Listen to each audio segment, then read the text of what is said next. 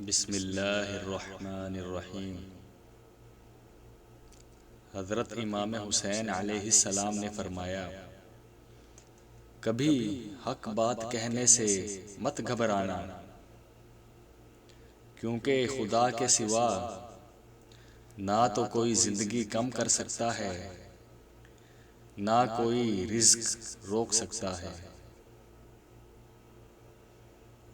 جب ماں چھوڑ کر جاتی ہے تو کوئی دعا دینے والا نہیں ہوتا، اور جب باپ چھوڑ کر جاتا ہے تو کوئی حوصلہ دینے والا نہیں ہوتا۔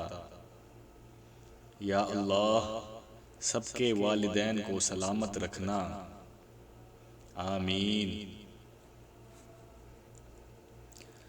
رسول اللہ صلی اللہ علیہ وسلم نے فرمایا، میں نے جنت میں جھانک کر دیکھا تو مجھے اہل جنت میں زیادہ تعداد غریبوں کی نظر آئی۔ جب کوئی امید نہ ہو تو زیادہ یقین سے مانگو، کیونکہ معجزے خدا کی شان ہے۔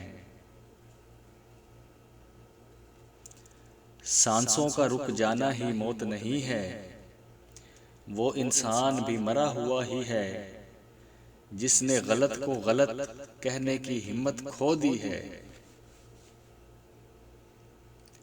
اللہم انی اسألک حسن الخاتمہ، اے اللہ میرا انجام اچھا کرنا، آمین۔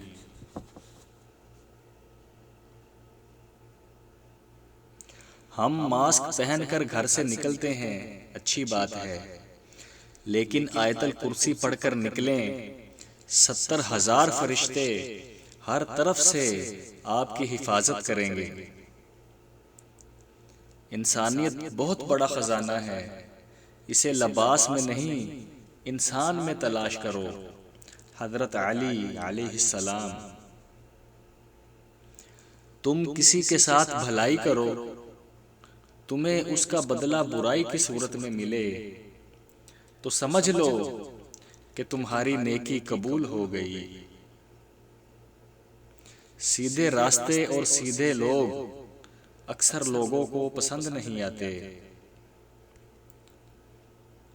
دنیا کے تمام بزدلوں کو میرا پیغام پہنچا دو، موت اگر میدان جنگ میں آنی ہوتی تو خالد کبھی بستر پر نہ مرتا۔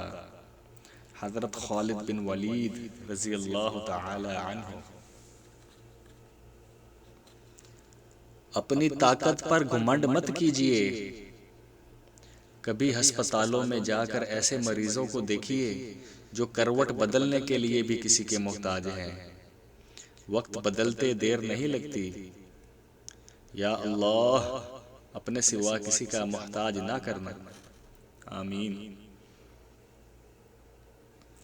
کفن بھی کیا چیز ہے، جس نے بنایا اس نے بیچ دیا، جس نے خریدا اس نے استعمال ہی نہیں کیا، اور جس نے استعمال کیا اسے معلوم ہی نہیں۔ اللہ رب العزت ہمیں ایمان پر موت نصیب فرمائے، آمین۔ رسول اللہ صلی اللہ علیہ وسلم نے فرمایا، جس شخص پر تنگ دستی مسلط ہو جائے وہ پھر مجھ پر کثرت سے درود پاک پڑھے، اس لیے کہ درود شریف تنگ دستی کو ختم کر کے کثرت رزق اور حاجات کو پورا کرنے کا باعث ہے۔ حضرت معاذ بن جبل رضی اللہ عنہ کہتے ہیں کہ رسول اللہ صلی اللہ علیہ وسلم نے فرمایا، جو کوئی بندہ رات کو باوضو سوئے اور پھر رات میں اٹھ کر اللہ تعالی سے دنیا و آخرت کی کسی چیز کا سوال کرے تو اللہ تعالی اسے عطا فرماتا ہے۔ سنن ابن ماجہ۔ جو رات کے بعد صبح دیتا ہے، جو گرمی کے بعد ٹھنڈ دیتا ہے، وہی رب پریشانی کے بعد خوشیاں دے گا اور ہر مشکل کے بعد آسانیاں بھی دے گا انشاءاللہ۔ یا اللہ، جس دن میں تیرے پاس آؤں، اس حالت میں آؤں کہ میری روح بالکل شفاف اور گناہوں سے پاک ہو، میری توبہ قبول ہو چکی ہو اور تو مجھے معاف کر چکا ہو۔